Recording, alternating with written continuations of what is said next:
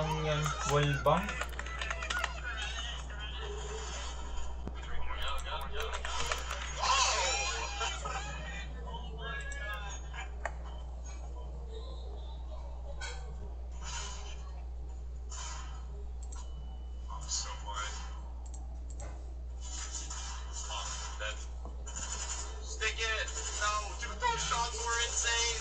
Knifing for Reddit.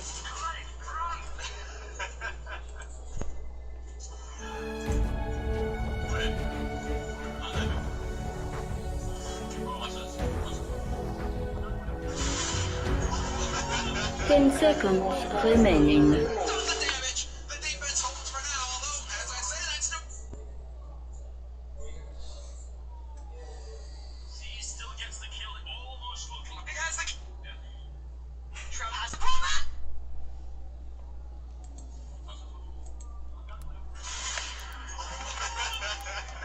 Dana?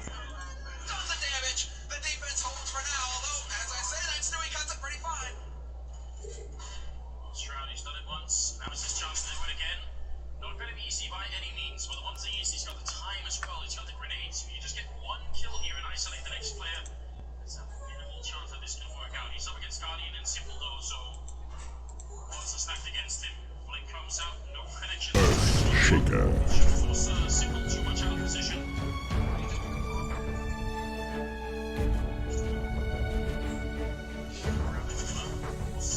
Now goes for the spray. Stroud hitting one, that's for the double. Next is for the triple, and my god, what a risk. Down already, he doesn't know what Stroud goes for the spray. Through the smoke, he's down to 19 health. And just 20 seconds left, does he see the angle? He does. Stroud out of bullets, goes for the pistol, goes for the shot, and Stroud gonna be able to.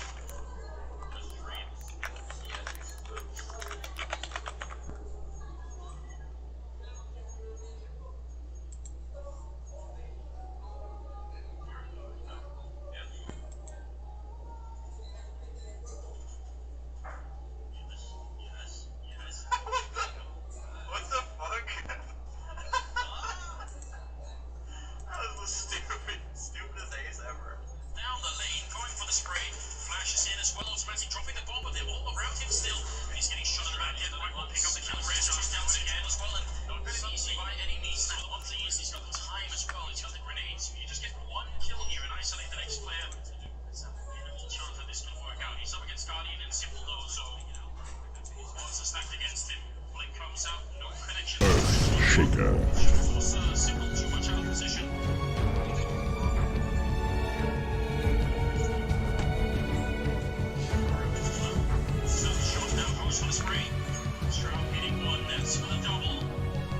Dire team pick. Radiant team pick.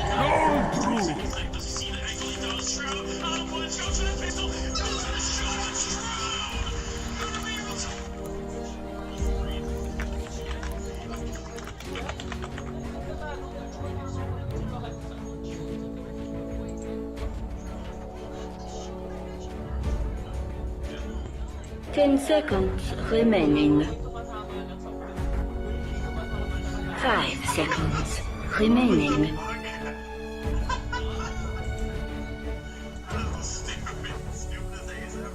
Down the lane, going for the spray.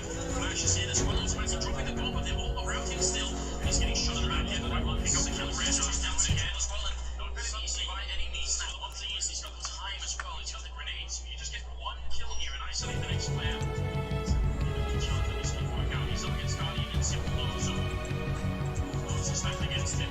Blink comes out, no connection. Shaker. Should force Simple too much out of position.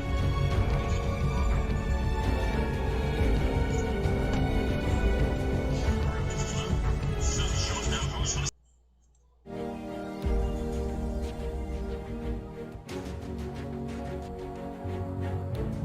Dire team pick. 10.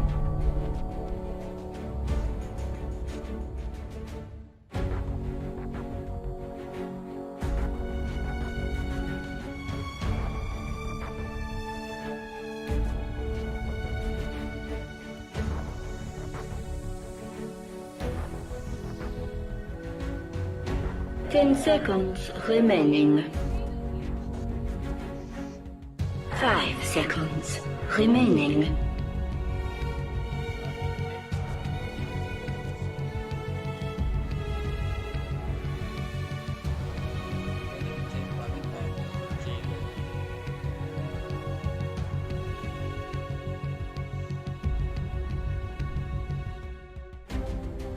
Radiant team hit.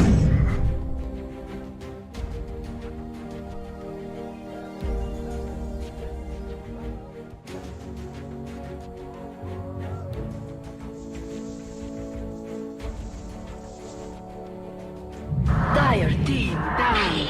Brood mother.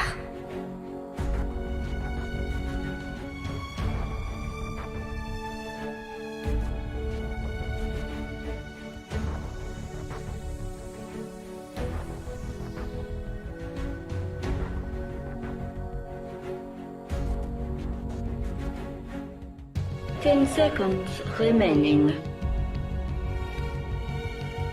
5 seconds remaining.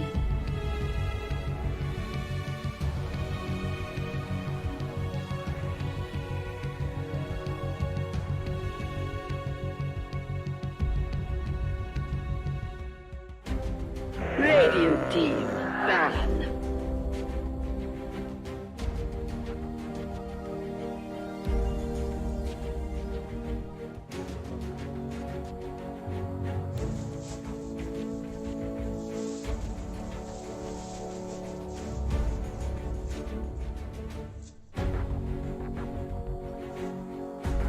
10 seconds remaining. 5 seconds remaining.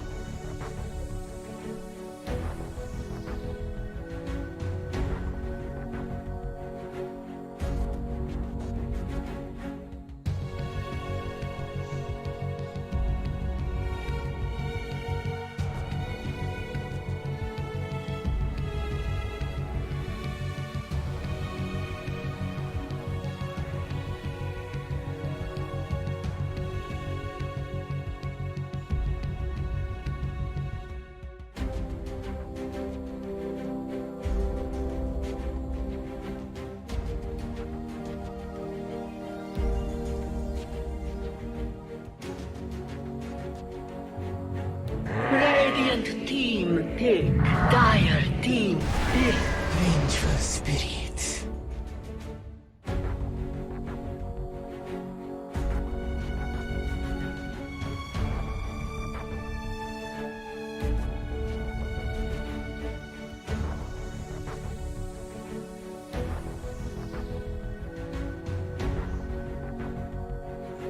Ten seconds remaining. 5 seconds remaining.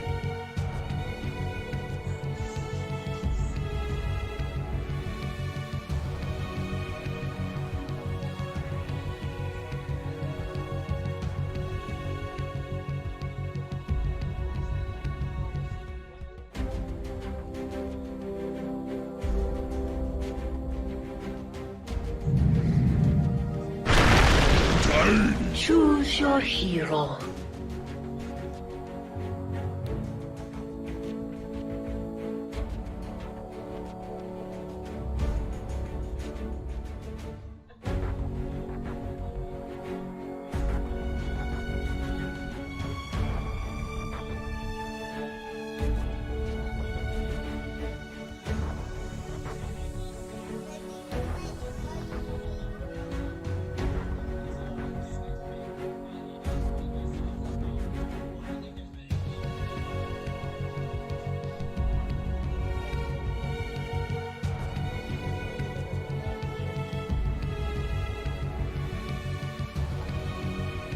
Ten seconds remaining.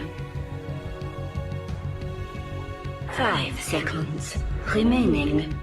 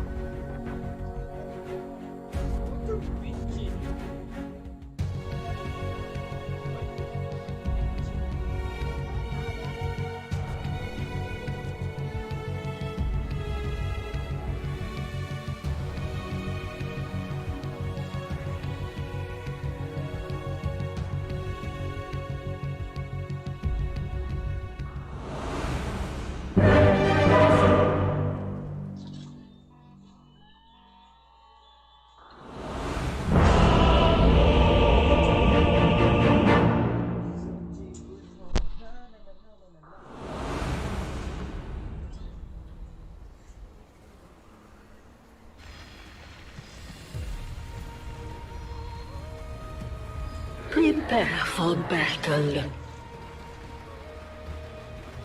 里面，你行，你上。毁天灭地，拿下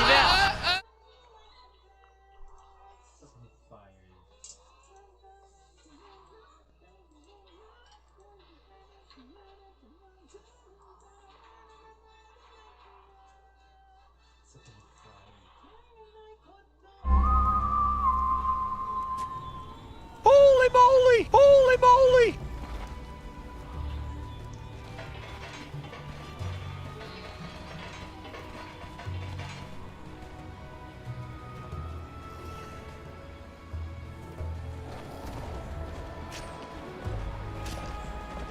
Thirty seconds to battle.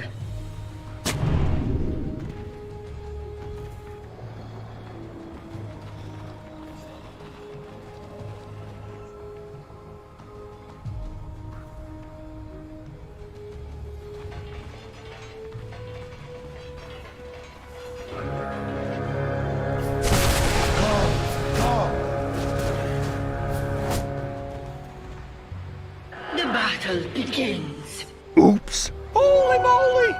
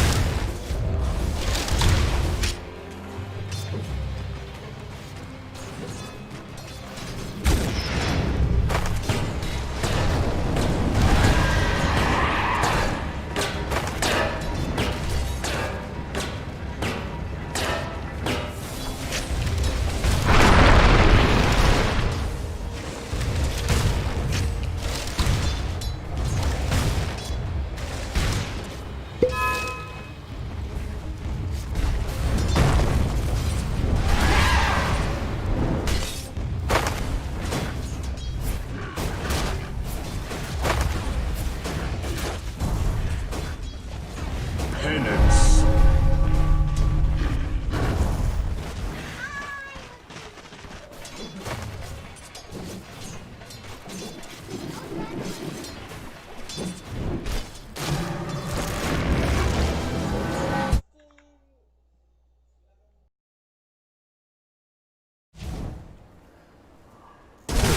Not for you.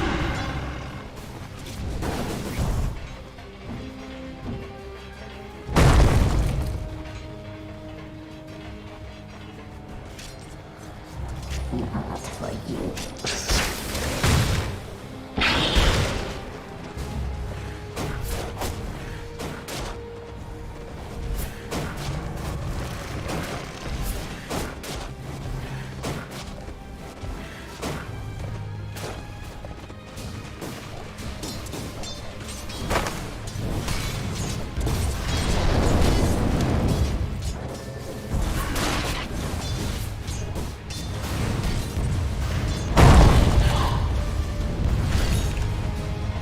Radiant's middle tower is under attack.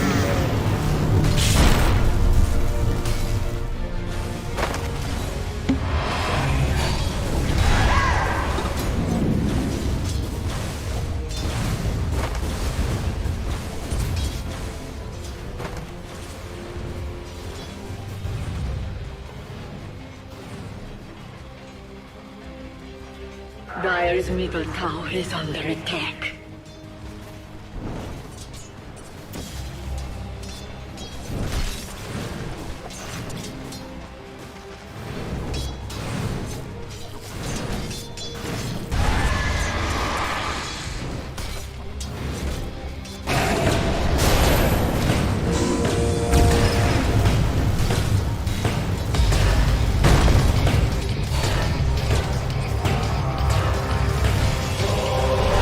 Truce blood. Thanks and have fun. Radiant's middle tower is under attack.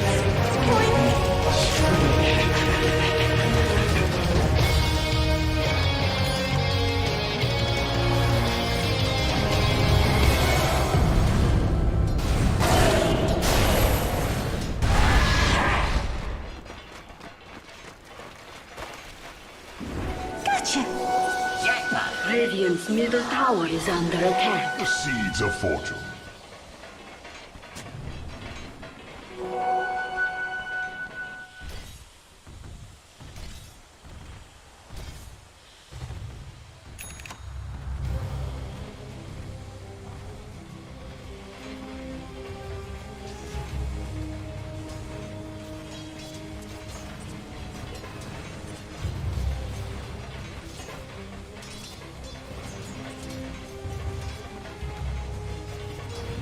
On CS. More than I thought. I thought Lone would be pretty happy with this, but...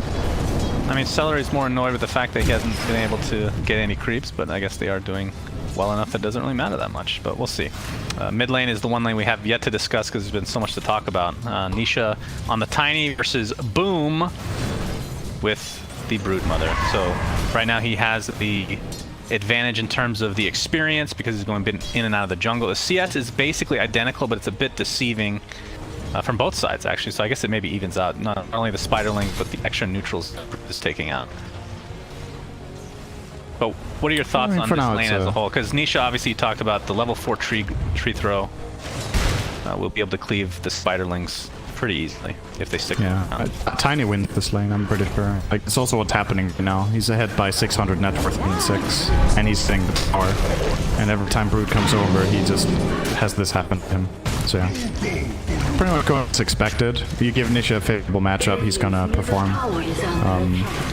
For Viking, honestly, is if this mid tower falls, like, that is really bad news. The Brood can't let this happen. It's gonna glyph. I think Nisha will tank this. A lot of damage being the Zai. Armis is not gonna be able to get the kill. It's blocked off by the future as well. And we'll actually have to run away a little bit awkwardly here, but Zai is now level 6. I assume he takes Doom unless there's something I don't know about his build these days. Yeah, I do love the, even though it's been a while, the changes to Devour, being able to get that extra regen to stay in lane. As the tier 1 tower will be pressured by both Toby and Celery right now. That bot lane.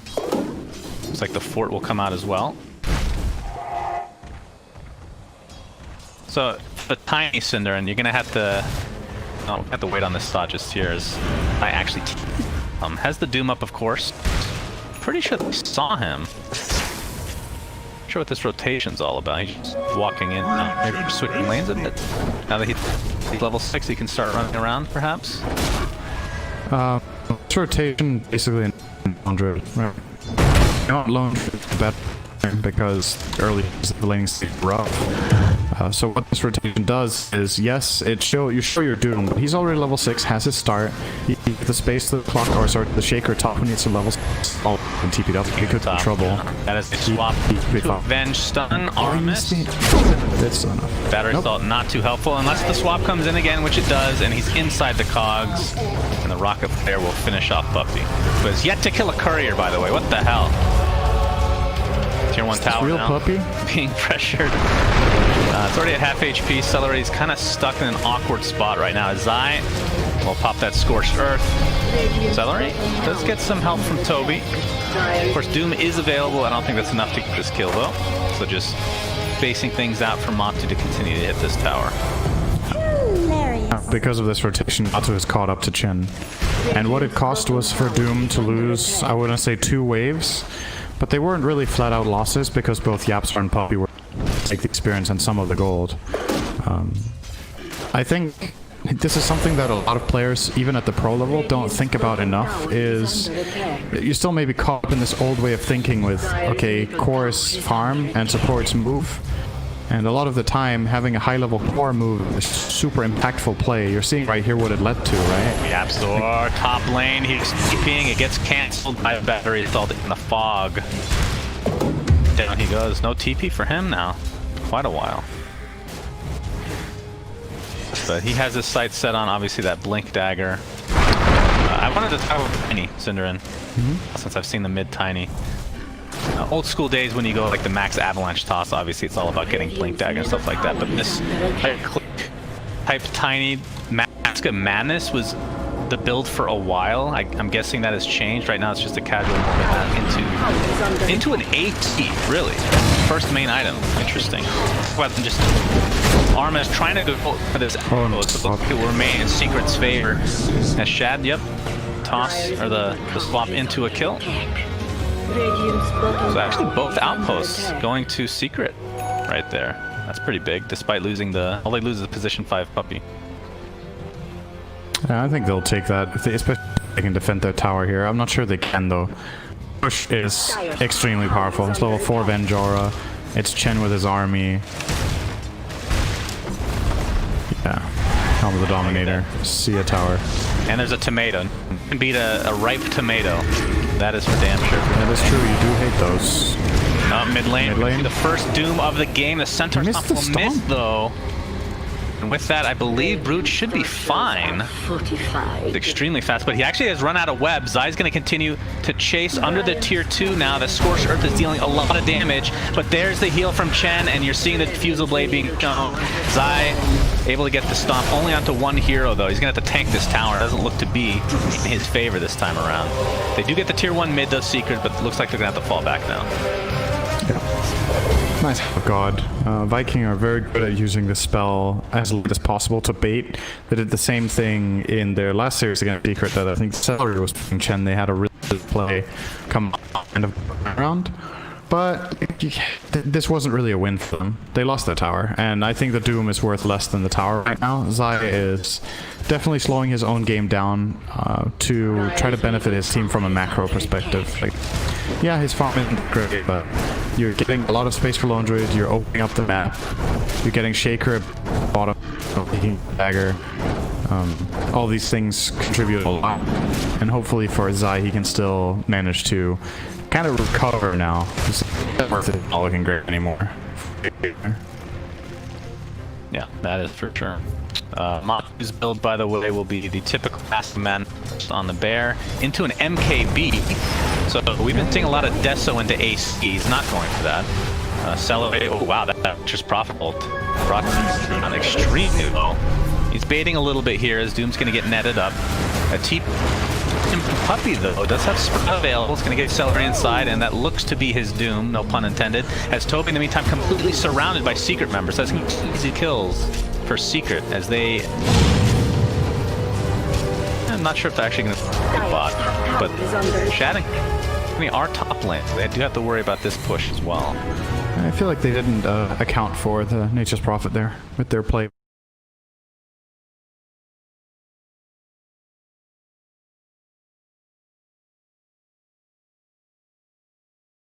Extra structural damage. And in the meantime, your Brood got quite a bit of work done mid, going on the Tiny with the Diffusal Blade, obviously. Pretty problematic for Nisha. But yeah, I mean, as far as his item build goes, this is indeed very weird. Casual, I think you almost always buy the Mom when you go this route on Tiny. He wants the AC as fast as possible is, if you look at how Viking's strategy works, right, it's really physical based. It's Chen creeps, it's Brood Spiders, it's Venge, Aura. I don't think he wants to buy Crimson because he needs to scale, so they'll have somebody else to take care of that. Hopefully the Doom would buy it, or... yeah, probably do. Even Nature's Prophet, but he's going mech. You know, classic pup, he's buying armor. He has Medallion, now he's going mech. You know, every game. He likes his armor. The jungle always speaks to him as well. You know, it's what's that one called again? The armor that lowers your Medallion? Attack rate. No, it's from the jungle. I can't remember the name right now, but Oh, the Craig coat? Yes. Yeah. Very good, Syndra. Armus was smoked up. Zion Company are going to see him. The rocket player comes out. Nisha, if it's the avalanche, Armus looks like he'll box finish. Interesting toss. Either way, this will be a kill going the way of Secret again. Looks like Dai is going for drums. I agree that Crimson is going to get the item after that, but I guess we'll just see. What about MKB for Matu? Like I was saying, we see the Mask of Madness into Deso AC, or at least that's been the most popular that I've seen. He probably needs it against Incapacitating Bite. That has to do with, like, the blind from Brood is really heavy on the bear. Probably top to Toby, into Stomp from Zion. And he does have his ult, Toby does. He pops it, but not going to matter a whole lot. Yep, just Corona and the creeps. And I think he killed the whole lot. Mid lane, we're going to see a hook shot, as well as Brood's ult being used to go to town onto Nisha, who's just completely stuck. So tanky, though. And it's going to be a tier 1 tower. So nicely done from Viking there. It's big. They open up the map a bit more for themselves. And they put their revenge to good use in this game so far. They're playing very aggressively with Shad. And his farm isn't really suffering too much from it either. He still has 100 CS. 110 even. So he's doing very well for himself. Manta first item for the Vengeful Spirit. Obviously Toby working towards the mech. Any item time that you're... Oh, I was going to say item time is to be able to go for Roche, but it looks like this is going to be the time. As the Tiny is dead, and this looks to be a relatively quick Roche. Yep. Their lineup is really good for killing them. Would this be a Brood or a Venge? Brood it is. I don't have to worry about being doomed anymore. Almost has Ags too on the Brood. Yeah. So that will ramp him up a lot. He's gonna get way more access. When you're playing Brood in your team, it's so important to get just a couple of towers because of how much of an area Brood can cover compared to other heroes. Once you get the Ags, you really get insane reach for farming. So the fact that Viking managed to get this mid tower before he got the Ags is going to pay off big time. His ability to just cut through and start getting access to enemy camps. Yeah, he has seen bot lane. The Sprout will slow him a bit, and it's going to be more than enough to kill him. I guess they want Zydek to kill. That was an interesting movement. Nisha? The block didn't get the toss back. Right clicks from Tiny do hurt a lot as Enchantress is actually going to buy back into the game. Toby already low on mana. It's stomped. Hear the swap come out into the Doom immediately on the Shad. Armus with the hookshot onto Nisha now, who's stuck inside the cogs with very little mana, but he's right-clicking to a high amount, or a high degree, and that's more than enough to kill the Clockwork. Vengeful Spirit resigned to her death. Looks like she'll get a little bit of damage before dying there, as Nisha looks to be next on the list. So it's a 2-for-1 in favor of Secret right now in terms of numbers. Boom, staying alive with just a sliver of HP. Looks like Toby is going to be brought down, though, again. So that's a double kill for Zai. And a double kill for Celery on the back. Continue now onto both the Bear and Zai himself. Matu. Looks like the drums are going to be popped by Zai. That's not enough to save him. Matu attempting to TP out the Bear. It's going to be close, but no, the last right click from Boom. That extra bounty going his way. And that was the... Oh, no, I'm sorry. He resummoned now, so he does have the second Bear in tow. That looked like a very secret-heavy fight for such a long time, but then they finally brought down the Tiny and it started opening up. Like, it takes them a long time to kill Nisha. When he runs out of mana, he just has so much health and armor still to work with that Brood needs to chew through. But yeah, they finally do get him, and then the fight can start opening up a little bit.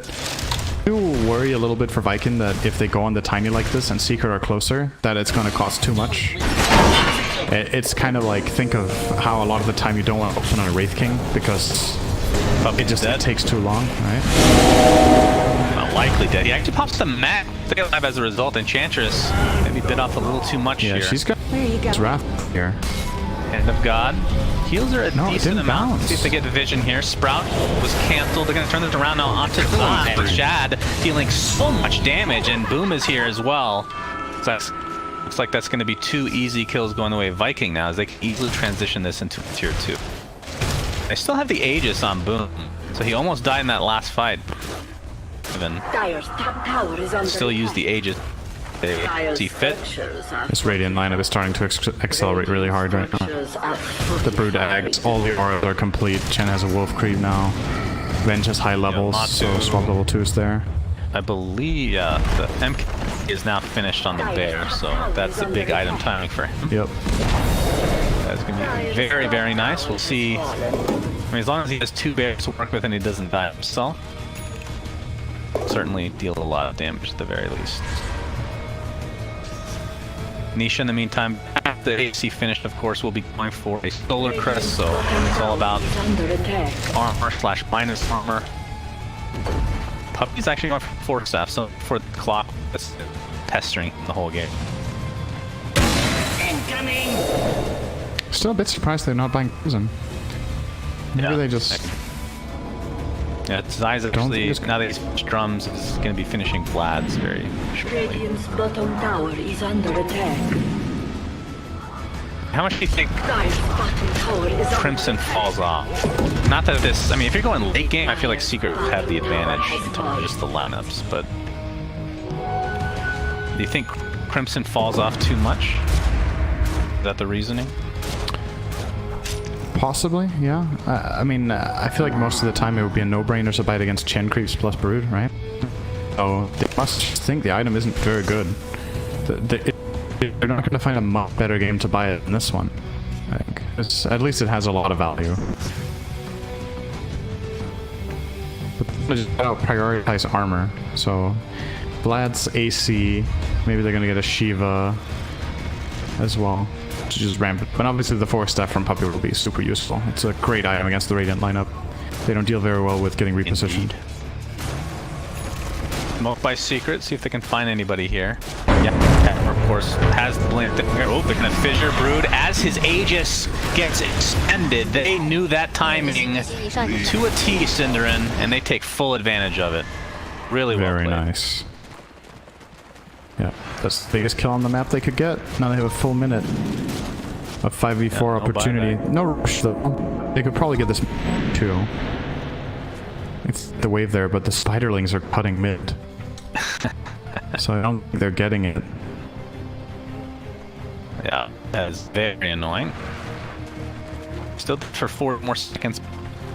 Majority of Viking is now here. Let's see if actually getting space things out of it. Puppy is split a little bit on the Zai. It looks this the site on the tier, it looks like it's relatively low HP. I'm gonna come back and Fissure's gonna know that Viking exactly where Secret is, so they're gonna reposition them a little better here. Looks like just give it up now. What is buying? Actually going man. Crest. Is he Gasha somewhere? Oh, that will going to be done very shortly. What else can we buy that has armor? So, what's the item that has armor? Blade? Oh, hook shot. Gonna connect onto Yasuo. And this is why he is building a 4-staff next. You get caught by clockwork, you are done as an Earthshaker. But it looks like it will be the only kill going the way it's right now. On the high ground at the moment. Miss. They have vision, but they just have no way to catch. Shad not in range for his level 2 up at this point. And he's going MKB now on the Venge, so it's going to be a Manta MKB combo. Pull roots and run. Combo. You don't really see. You see Venge position 1 these days, Cinderin. Not very much. But usually when you do, they do go for these kind of fighting builds. Not really so aura heavy, but more true carry style. Right. So it's not that surprising. And the nice thing about the MKB proc in this is that you're looking at the enemy team, right? And how much they're stacked armor. The MKB procs are magical. So they're gonna go through that armor and actually increase Venge's damage by a quite substantial amount. So I like the logic there. It's also become a lot more popular, this item in general. I think people are opening up to the fact that also received some buffs. So, I mean, it's Next multiple big things at item once. that's going to be added to Dota will change your attacks to magical damage, Syndrome. Oh wow, where do you have that idea from? It's from Heroes of the North. Really good though. I actually think it would be, if you balance it right, it could be pretty fun to have in the game. Just as an option to, you know, get more mixed damage, because a lot of these lamps, like you talked about, they can be countered if you just get a lot of armor if you're all physical, or if you just get a couple BKBs for all magical / pipe. So you can a nice and change things up. As Nisha is gonna pound upon this tier 1, and that looks to be Toby's actually here, surprisingly enough, but he will retreat. They want to fight here, but the tower's already gone. They do. Bottom tower is under attack. Zai's gonna take an impetus. Shad, of course, that is one way to initiate getting that swap online, but of course you are playing a position 1 Venge as Armit. With that, those cock, Nisha just one-shots those spiders. Oh dear. There's the 4 staff being used onto Nisha, and a couple right clicks to follow. So, yeah, he does a lot of damage, Syndrome. It is. I think you just accept that your spiders are not playable, except if Tiny is dead, or not at the part of the fight you're at, because right now this is a... He actually even took the spider damage attack talent, right? So he's definitely committed to the idea of the spiders being strong. I am very curious to see what he does on 25. If he takes the health on the spiders or takes his own insatiable hunger talent. Yeah. It's pretty telling. I feel like if you go the spider attack damage, you kind of have to go the health, don't you? Maybe if you regret your decision, then you switch it up. Yeah, I'm not sure. I mean, you know, it's one of the things about talents, the state of the game. You can build for one timing, and then once that's over, you might want to go a different route, because the timing has, like, the moment where you really wanted this talent, it didn't win you enough, and then you have to kind of recover. Just as how you do with itemization sometimes, right? Like, talents is another way where you can get a different read on the game state. Be like, okay. Nisha gets the double damage, and they know that Roche is up. But this road is going very, very fast. And it looks like Clockwork's going to try to slow things down. But a huge echo slam by Yapsar onto 3 heroes. But Roche is taken, and Boom is going to reap the rewards. But Clockwork and Venge die immediately. The Clockwork's going to buy back into the game, but your position 1 Venge is donezo. Brood destroys that bear, and he is in hardcore ridiculous mode with his arms flailing all over the place. And again, as Celery already at half HP from 1 swing from Nisha, and the Doom was applied to Brood. Of course, remember, the Aegis is still there, so he doesn't really care too much. Now we're going to apply all his sights onto Nisha, trying to kite a little bit here. Remember, their Venge still cannot buy back into this game, as Clockwork's going to die back now. Good Fidger blocking people off. Zah's tossed in. He's going to apply his sights now onto this Enchantress. Looks like Boom is going to get away safely, but Toby looks to not be in the same category here. So that is going to be 4 dead if you count the dive on a Clockwork, but Aegis is still intact along with Cheese. Can they? Alright. Be alright for Viking, unless this hurts too much. Because this lineup from Secret, it takes buildings real fast. You still have 2 dead for 30 seconds. Nisha and Matu together can make quick work of this barracks. Radiant structures are Gonna glyph. They need their Clockwork. Oh, good the Fidger into the Stomp, and that is enough to kill the Venge again. And the Illusion on top to add insult to injury. And they know she doesn't have buyback because she just didn't use it before. Oh my god. Not online, and boom, pops the BKB and pumped, but it's not enough to withstand this right-click damage from Nisha. This is crazy. The minus armor is insane, and that is the Aegis down. The melee racks has already fallen.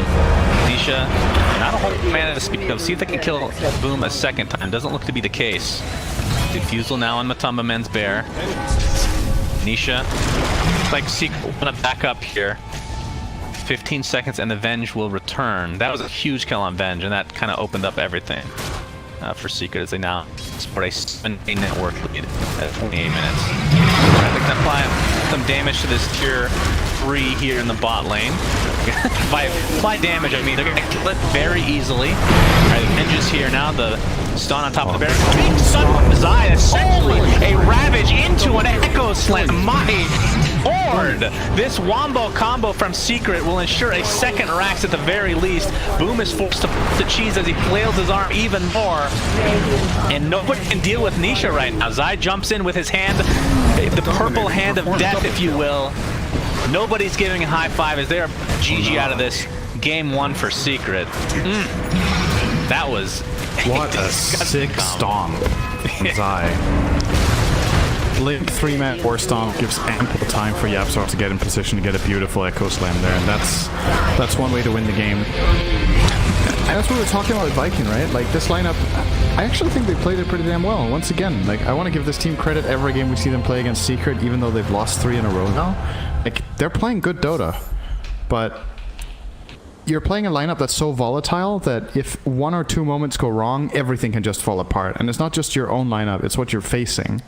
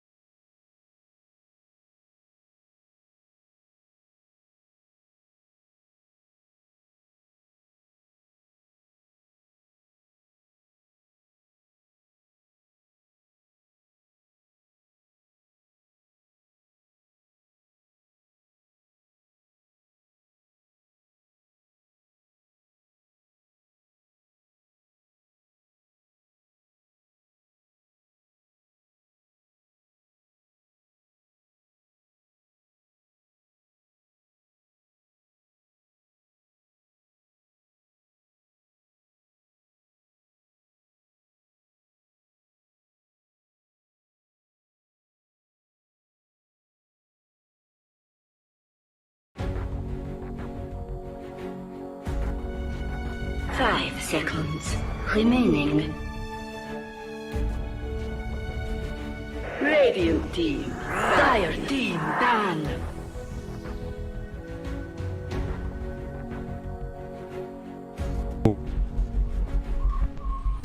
Greetings, everybody. Welcome to Game 2 of the match between Viking and Team Secret for the Beyond Epically lower bracket. Secret has a 1-0 advantage. Cinder, and they have won 3 in a row that we have all cast together. Yep. Anything different this game? Are we going to see the Broodmother and Enchantress lineup again? Will they give it a try a second time round? No. Oh. No, they won't. But I think it's something to think about that Viking have lost 3 games in a row now against Secret. Obviously not on the same day, but in the same week. A lot of the time when this happens in tournaments, the team that loses that many games just kind of runs out of ideas. You've seen it at the absolute highest level at LANs with... there's been quite a few historical series with, say, Kuro teams against Puppet teams in finals, where Kuro in the 4th game is kind of just like... He feels like he's out of ideas, you know? Like, you have this pool and you have this strategy, or like line of play, if you will, that you enter the tournament with, and at some point, if all of the stuff that has worked for you the whole way just gets shut down every time, you need to come up with something different, and a lot of the time it doesn't work because it's not as trained in your players, right? And that's my concern here for Boom. They've tried three times now against Secret. They've lost all 3 games. They've looked good, but they've never been close to winning, right? Like, they've been competitive. The games have felt close in terms of gold or in terms of the team's potential of winning, but I don't think Viking have taken a base tower against them yet. Am I wrong in saying that? Oh wait, they actually did get a lane of Rax, didn't they? They got a lane of Rax, I think. The 60-minute game felt pretty close. I don't remember about the build. They probably got a lane of Rax. You gotta work something out here. Of like, it's not surprising to see them ban some of the same stuff, right? They banned the Weaver, you're banning Shaker this time because that was a problem for you last game from Yapzor, you're banning the Void Spirit that Secret love to open with. There's nothing wrong here about what Viking are doing, but there's still... something needs to click that gets them a win, and maybe what they need to do is get a little bit more tempo in the game overall. I mean, that's kind of ironic considering what they ran last game, right? But maybe it's about finding the right balance. Too much tempo. Maybe you didn't have the right balance between team fight and pushing. Maybe you had a little bit too much in the way of pushing and too little in the way of damage. And Secret also just played a great game and itemized very well. I think it's something that some teams are particularly good at, identifying what type of game it is before it even begins. And then they almost just line up who's buying what, like exactly what items you need. They were like, this is a physical game, so we're going to buy AC's first item on Tiny. After Morbid Mask, we're going to buy Solar Crest on Tiny. We're going to buy Vlad's on Doom. Chen will buy Medallion, so they had Medallion and Solar. Like, you know, there's just a very clear read on the game. And maybe Viking needs to make it a little bit more difficult for Secret to make the right read by diversifying their strategy a bit. The cool thing about this draft is you mentioned the first 4 bans overall were exactly the same as before. The next 4 bans were all in the last game. Earthshaker, Nature's Prophet, Venge, and Ench, which leaves the tree open. It leaves a lot of things open that were banned last time, which includes the Luna, Pangolier, and Batrider specifically being open if they want to take them here. There's also Coddle Ember. Yes, that is. We've talked about this so many times. I actually forgotten about it, Cinder. I blocked it from my memory. It feels so strong. How could anyone leave that open? I mean, that was open last time. Yeah. I don't think Ember or Coddle were picked or banned last game. So they could switch things up. Yeah, I think you're right. Yeah, you can't ban everything. Like, when it's at this level of play, there's a lot of strategies at work, and you gotta choose which one you think is more possible for you to deal with. Sometimes you give teams what they want, sometimes you don't. But you can't ban Secret out. Like, it's just not a possibility. So you try to lead them in a direction where you can find a strategy that can have the upper hand. And now you left in the Batrider, so Secret are gonna first face that against your Treant, and then Earth Spirit as well. Okay. Very powerful laning heroes together.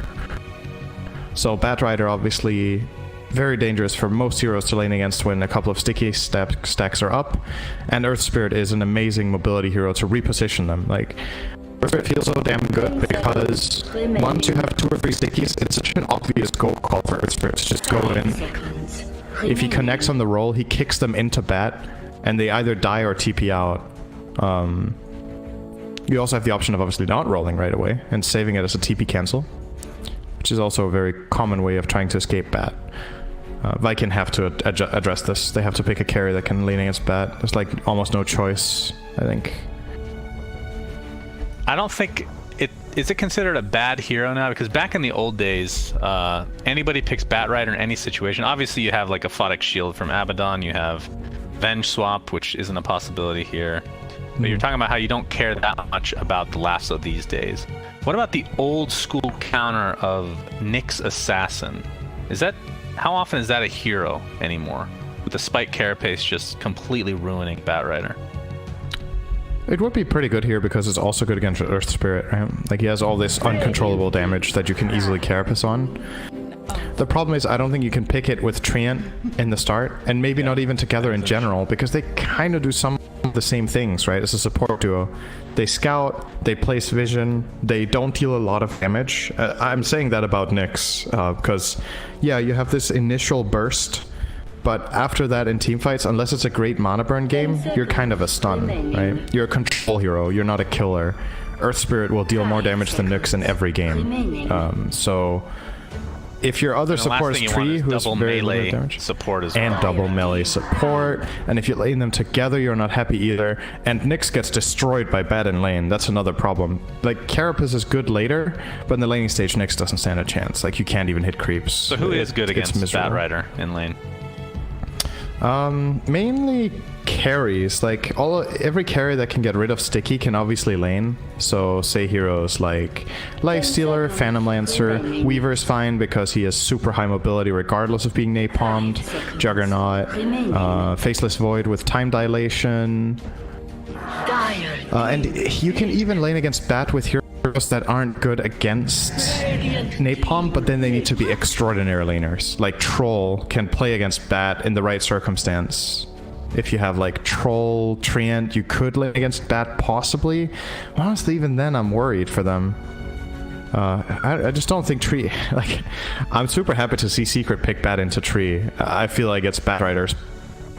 Maybe his best matchup in the entire hero pool. It is so good for Bat. I love playing this They should have matchup. seen that coming though, right, as a possibility. So Yeah, they probably should. Like maybe they didn't Viking think might Secret have would something first with phase it, but considering you first phase Bandit last game, you're right, you can't be too surprised. Well, Viking will go for a Queen of Pain Grimstroke Puck against Queen of Pain. Sounds pretty amazing with the coil and whatnot. It is. And actually makes the Yule's purchase, which Quap would want to go for, not useless, but against Coil, it's quite useless. This is a really good Spectre game right now. For Secret? Yeah.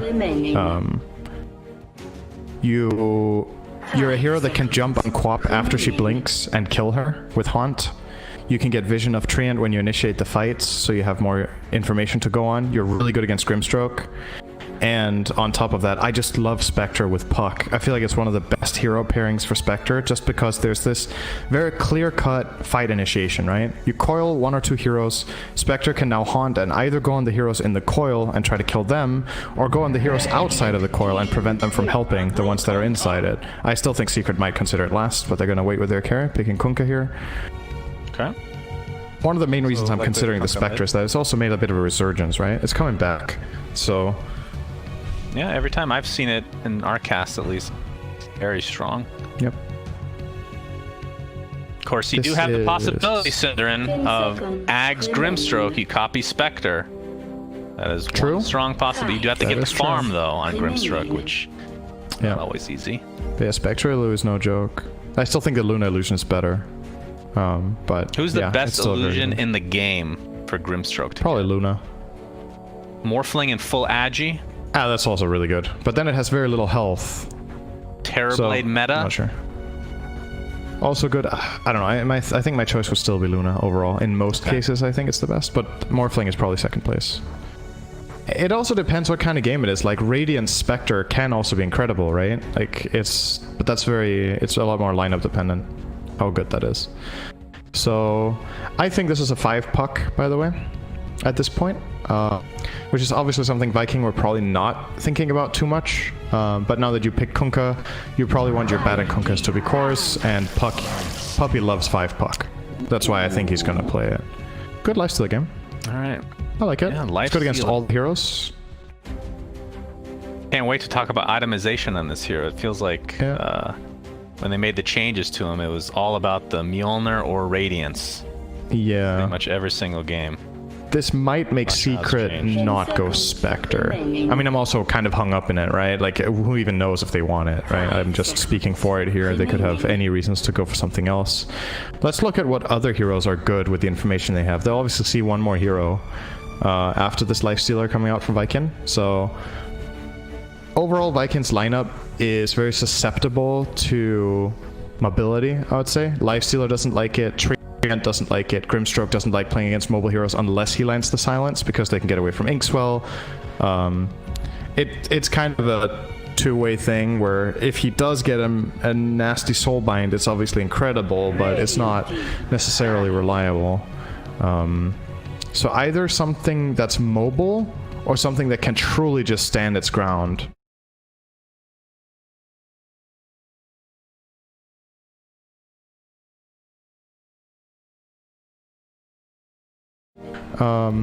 I think Slark could be very interesting. He both has the mobility and the survivability, and the good hero matchup against both Lifesteal and Treant. Also a Matu favorite. Remaining. Faceless Void is nice. Similar logic. Tanky, can escape. How's Good against Lifestealer. Phantom Lancer? Yeah, he's solid too. Actually, Secret have a lot of good options here. I think the next pick from Viking is very difficult to make, and it needs to be high impact, because if we can point out like 3 or 4 carries that we feel are all good, it means Viking's lineup has some bases to cover, right? That carry pool.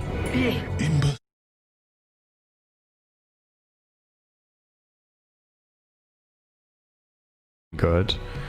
I think this could be Slark, actually. Taking the Slark here. It's so good. Huh? It's so good, this game. They have so much catch, lockdown, control. He just needs heroes to get on top of and not to die, and in this game it's not very difficult to stay alive. Dark Pact does not take off Phantom's Embrace, though. Correct. Right? That's one thing. That's the only thing. That's the only threat, but you can play around that with Shadow Dance, or obviously if you have attack speed, you can kill it. It's not like you're gonna get stunned, right? Like, there's no stuns except Inkswell, so you just need to play around the route. If you precast Dark Pact and then get Embraced, you can obviously still break Overgrowth if it gets cast meanwhile, and if it doesn't, you might have killed the Ghost already. So, yeah, I think Slark Void, they might still go PL if they fancy that. Naga? You're just naming every carry. You're saying every carry is good this game for Secret. Nah, I think that's about it. You named like half the carries in the Actually, game. Bloodseeker is pretty good too. Alright, let's see what carries you did mention. I'm gonna alt here and look at the carry list. Dude, Ricky is good. It will be the Slark though. So Fair enough. they pick the best of the options. I mean, think about that though. Like, what a spoiled position to be in. You have last pick. Yeah. I mean, I don't know if he agrees. It's very possible that Mata has a different read on this and thinks that some of the heroes I suggested are not good, but I just see such a plethora of amazing choices for his pick. It's so good to be in that spot And as a carry. Like, a lot of it maybe comes down to, maybe not in this case, but player preference, what they just feel like playing. If there's that many options, like, all right, what do you feel like playing? I mean, I've had a lot of experience just being in the room with pro players when they're picking it. A lot of times it's not the best pick that they go with the carry. It's like they ask the carry, what do you want to play? And that's what they'll cater to most of the time, I feel like. yeah, what a great position to be in. Indeed. Hey man, what do you want to play? Oh, I would like to. Heroes that are good here. Today, Slark sounds fun, so I will play Slark. Yeah, I feel like playing Slark. Why not? Yeah. Steal some magic. Obviously worth noting here, the Queen of Pain that Viking picked early is going to be offlane. They're putting Boom and mid on Ember, and Shad carry Lifestealer. And Puppy is indeed going to be playing the 5 puck, and it is a 3 bat, so everything going as expected here. Alright, Cinderin, the question that we've all been waiting for. We're turning this into the reverse in Bruges. At the beginning of every game, I will be asking you this forever now. Okay. Take away the teams, okay? Delete them from your mind. Which lineup do you like more? I love the Dire lineup. I think it's super good, this game. Okay. Not a surprise. Only concern, they don't really have tower damage, and they're playing against Treant, so it could become a bit difficult to break through. But the upside there is there's no threat from Viking either, right? They don't have siege either.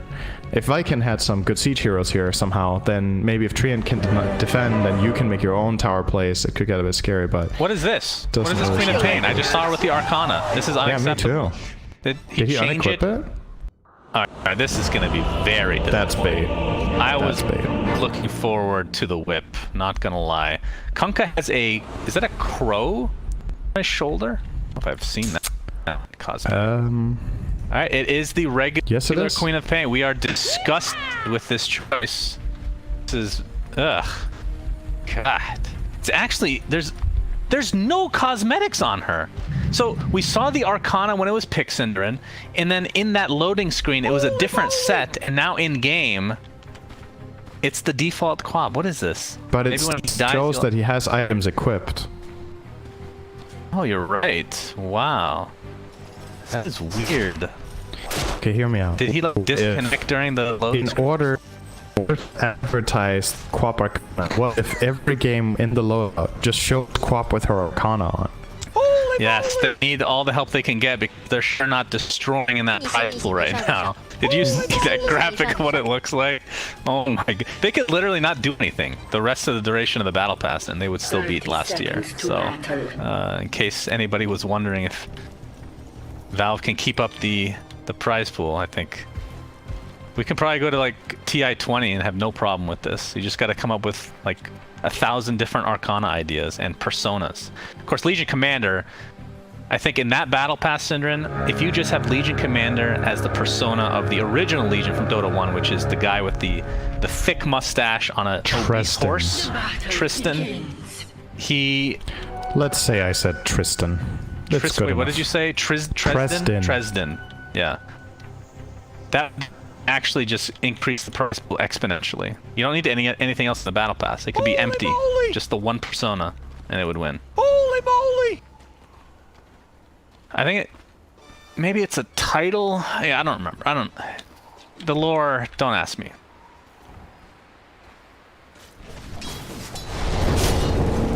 Legion Commander, original name. I don't know. Maybe it wasn't Tresden. I don't know for sure. That's a good trivia, though. I can look that up later. Okay. Matu's going to be playing mid, by the way, on Slark. He's going to harass Boom. So why do they have the same name? I think the lore is Legion M and takes his place as Legion Commander. But there's no reason that they should have the same name. Just absorbed him entirely. Well, if that were true, she would have a mustache, which would be a great cosmetic choice for her, in my opinion. Well, she does say nice mustache.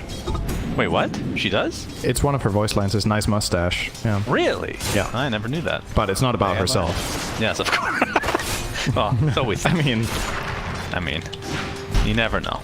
No, top lane, we're going to see some pressure from Aramis, trying to get Nisha out of the lane. But the lanes have swapped a bit, so let's talk about that. Shad playing the Nakes, aka Lifestealer, in the bot lane with Celery's Grimstroke against Zai, who has been Inkswelled now. Batrider and Yapzor's Earth Spirit. Who do you like, or how do you like this lane overall? I would say it's a good lane for Batrider, just because there's no real threat on him. You can just cut the wave safely. It means you're facing against the Grimstroke, but you always have the threat of Earth Spirit connecting. Both heroes are just gonna farm. Lifestealer will be happy and Bat will be happy. And considering that one team counterpicked the other, you know, the Bat should be happier, right? They tried to solve him and it's not gonna work. And the bigger thing for me, honestly, is the way Secret put the other lanes. They got Slark the dream matchup of playing against Ember mid. It is such a good lane for Slark. And he effectively avoids having to play against the Queen of Pain, who they can easily play against. Go, right, pup. Taking some damage here. Good chip though. And they get their game-winning hero and incredible laning stage. Secret are already crushing the lanes on CS. Look at that. Like, boom. Boom can't come to the creep wave. Like, Yeah. Got essence shifts, so pretty much has to do that. Come back in no celery. different time increments. We got 3 stacks of Probably sticky dead. napalm right now. Yapsor continuing to pound Oh, upon leave him, but the tier 1 tower will keep Celery safe, it looks like. He has made it, but I don't think at this stage he could even admit if he wanted either. So Boom just has to kind of deal with what he has, hope for the best. Look at the CS though, 10 and 3 for the Ember versus the 19 and 10 for Matu's Slark. So like you said, just completely dominating that lane. And then one lane we haven't really talked about too much. Toby on the Queen of Pain with the Treant Protector Artemis versus Puppy's Puck and Nisha's Kunkka. So obviously when you pick Kunkka you think mid lane, but this time it's going to be the safe lane. As bottom lane, Yapsor was trying to get the kill onto Celery, but feels like Celery is just like sitting by these waves trying to make it annoying for Zai, but Zai's just getting everything he wants. Anywho, top lane, Synderin. What are your thoughts? What are my thoughts? Yes. Do you like this Queen of Pain non-cosmetic or not? That's what you were Give me fishing your for. best analysis. It's the rune battle, by the I way, think- 4 minutes. Oh, Matu's not going to hit the pounce, actually, and the rune is bottom. His Orb of Venom, though, it's so many stacks. Like, even if he doesn't get this kill, Boom... He lost so much here. Like, he can't really CS. And he can't even go for the rune, either. Zai got extremely low, but be fine right He has now. bottle. He's gonna refill that with the rune. Oh, mid lane, Boom might be Ember. dead here. Oh, he pops the fairy fair. fire. Oh, Matu's not going to chase. Yeah, that one might have actually been killable. I agree. He had feel like that's- a fairy himself and he had Orb Venom, but... Maybe it's better just to keep him low. I mean, I That actually love this is- strategy. That is a fair point. Like, it might even be better not to kill him. Or he might be indifferent. It's like, the most important thing here is that I'm just owning him. Whether he dies or not, I'm gonna stabilize the lane. And if he doesn't die here, he has to run all the way back to base and TP out, which is about the same loss as dying for him. It's less of a gain for Matu, I guess, but... Yeah, it might sound weird, but it's actually very minor here, if he gets that kill or not. It doesn't... Even if it's the actual first blood, extra gold and whatnot. That's true, it's first blood. Yeah, okay. And it's probably... It's funny that you're talking about with this patch and all. Like, just generally, like, if it wasn't first blood, I think I would agree. I would rather have him just go back to base. Walk it the old-fashioned way. But you'd have to look at the numbers to know for sure. Celery in the bot lane, getting pressured by Yapsor. Pops his wand with very little charges, and Yapsor's going to be able to get first blood for himself. So, I mean, it feels like Celery's just been... I don't know what else he can do, but he's just being met constantly on his side of the map by either Yapsor or Zai. Just on a consistent basis. Be very annoying. Yep.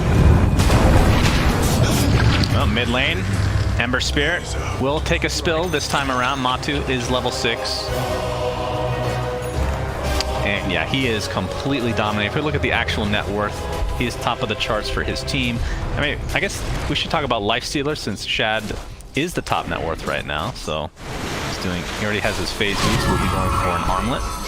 I did want to talk about item builds on Lifestealer. We get the moment as the X marks the spot. Top lane will result into absolutely nothing. What do you buy in Lifestealer? Exciting. So armlet, obviously, into what? Yeah, I'm not sure what the best item is here, to be honest. I think, based on how his other cores are doing, he might have to do the brunt of the damage, so maybe Radiance is not enough. Like, maybe he has to get heavy single target. He's going on to Zai here, doing some harass, but Zai still got the wave. Here's gonna be killed by Yapsor in the meantime. Not Just Puppy. walk that. Oh, Kunkka. Oh, they killed Nisha. 3 men, they rotated the Grim, so... Yeah, getting him out of bottom, I think is definitely the right call, right? Your lifesteal's free farming, his lane is great, your lane was terrible, so now go somewhere else and be useful.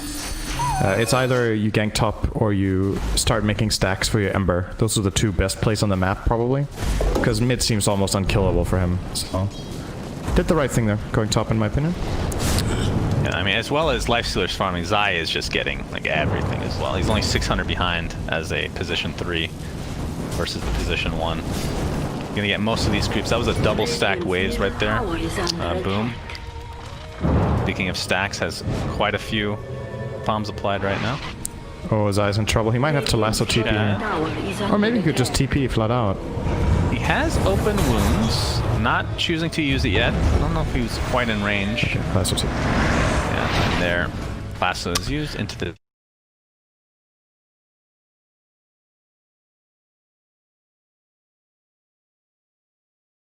time as long as possible, so...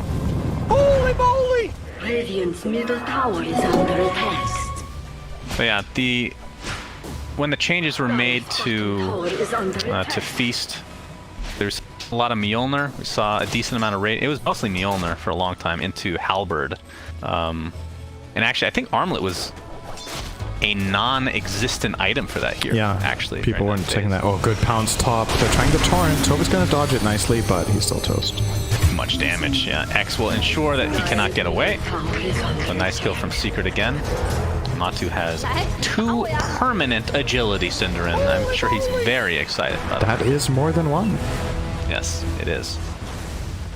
Is there a stage of the game in terms of itemization or levels that Viking is looking to like be the aggressor, so to speak? I know we're just ending like the laning stage at this point, so maybe it's a little early to talk about that. But like when this armlet comes online, is that an important timing to start fighting maybe? I mean, so theoretically, it's around this time that they want to make moves with Queen of Pain and Ember, right? But their lanes have just gone really bad. Ember lost hard. Quap lost. Not mega hard, but she's low level. She's level 5 minute 920. Because Trian has just shared the lane evenly. And I think it's a mistake for Trian to take this much experience. Like, it's costing Toby way too much impact in the game. So they had to have found a way around playing this way top if possible, where Aramis walks away when there's a big wave or something like that, so Quap could have got 6 earlier. So now they want to. The question is, are they even strong enough? And if they aren't, then I think you have to wait primarily for levels. Like Ember needs a couple more levels in Sleight and maybe 1 in Chains. Ideally Quap would like 4 in Scream. Oh, Lasso. Oh, the pounds canceled the TP on Ember Spirit. Oh my goodness. That was like the last half second and Matu just ran into him in the fog. That was very fortunate. And he's gonna find a kill onto Seller. This is... Oh, he killed him while the Invis was kicking in, so now he's also invisible. Well, I'm sure they know about this, but Shad is continuing to farm the jungle. And I guess he doesn't know. The silence comes in from Yapzor. There's the rage. So Shad, I assume, will be fine with the impact. Oh, they're gonna just they're gonna full on dive this. Can they? Luckily for him, it's a siege creep wave. Yeah, I was gonna so say. Well, that's that's not a siege wave. He's dead. Where's that from? Is that a cosmetic for? Is that an immortal? Is that the new one? Yeah, I think it's the new golden one. That looks sick. Wow. That looks really cool. Why was there no animation when he popped out? Does that only work on enemy units? Yeah, probably. So that is the... Okay, so yeah, that's right. He has 2 immortal helms, right? So this is the new one. That's really cool. I guess I just haven't seen it in game yet. Unlike the Night Stalker one that you love, and it's awful. Jesus. Horrible. Don't you just... I love is an overstatement. Don't you just love the Lifestealer outfit, though? Golden Dark Maw Inhibitor. Golden Profane Union. Golden Dread Requisition. Radiant's top tower Red Rage Belt. Crawler Belt. It's just a regular belt. Well, we gotta wait for next I don't year even to know get what that options immortal. Lifestealer has in that slot. Not much. It's the least No clue. valuable area, for sure. Yapzor, bottom lane. Looks like he will be found here. And that will be an Doing easy some good kill. damage, Let's get but out the nice kill. middle tower. Oh, this could Zion be is costly actually though. coming Nice in. The overgrowth overgrowth. is going to keep him in place on the cliff. Puppy with the coil onto 3 heroes. Sonic Wave to follow though. Puppy taking the brunt of that damage, but they're going to clear very, very easily. And the Treant as well, so it's a 2 for 2. Great heads-up play from Celery as well, though. I think Viking played that really well, the way they managed to disengage. Yes, they lose 2 heroes, but given how that coil looked, that could have been a total disaster. But they got out a really good Grimstroke silence on the bat, so he didn't lasso. And yeah, kind of just reset it and managed to find their way out on... Especially Lifestealer. He was dead there if he got lassoed for sure. Slark was ready to just get the job done, but... Speaking of Slark, he's been He's X-marked and smoked. Got his defusal as well. Oh, they're not going to expect this. Very This comes so suddenly. He's definitely finding a kill here. definitely. All right, that means he's not going to get a kill. I'm calling that right now, Puppy. He's baiting a bit. There's no way this Crystal is just dead now. There's a way that he can kill Celery. Somebody else is going to take it from him. Quickly, quickly. Oh, so close, Puppy, with that illusory orb. Looks like Cinderin wins this one. And the tier 1 tower will likely fall next. Zai still smoked. Radiant's bottom tower is Gonna take out the wave attack. now. See if Viking can at least trade a tier 1. They have done 0 damage to this tower thus far. Radiant structures. Just want to point out Matu is 7-0, minute 13. Yeah. And on top of that, it's a good Slark game. So Radiant's bottom tower he's still barely top net worth. Only got top net worth from hitting that tower, because Lifesteal's game has been incredible as well. There's so much of a gap between the next heroes, right? Those two are hand in hand, but then Kunkka with over a 2k lead over the Quap, tower is under attack. and Bat with, well, I guess we're comparing oranges and apples here a bit. Shad. Oh, the silence very nicely timed onto Zai. Can't get the lasso off. Finally does, but dies immediately after. See the Grimstroke ult applied to 2. They don't really have a follow-up though, as Celery is going to take the ship to the face. Shad continuing to try and get away. His rage comes back up in 1 second. Damage from Kunkka as Boom takes basically half his HP. His Sonic Wave is not quite enough to take out Matama. He's going to force his ult now. He will just back up and heal passively. What an ultimate that is. Little itemization updates. So we're talking about potential items for Shad. It looks like he'll be going armor strat with the Death. He's going Deso. It's what I expected. He's gonna get damage, right? Like, they have some control with Ember, Grim, and Treant, but the lack of damage is showing, right? Like, the Secret team just not dying if they're ghost shipped.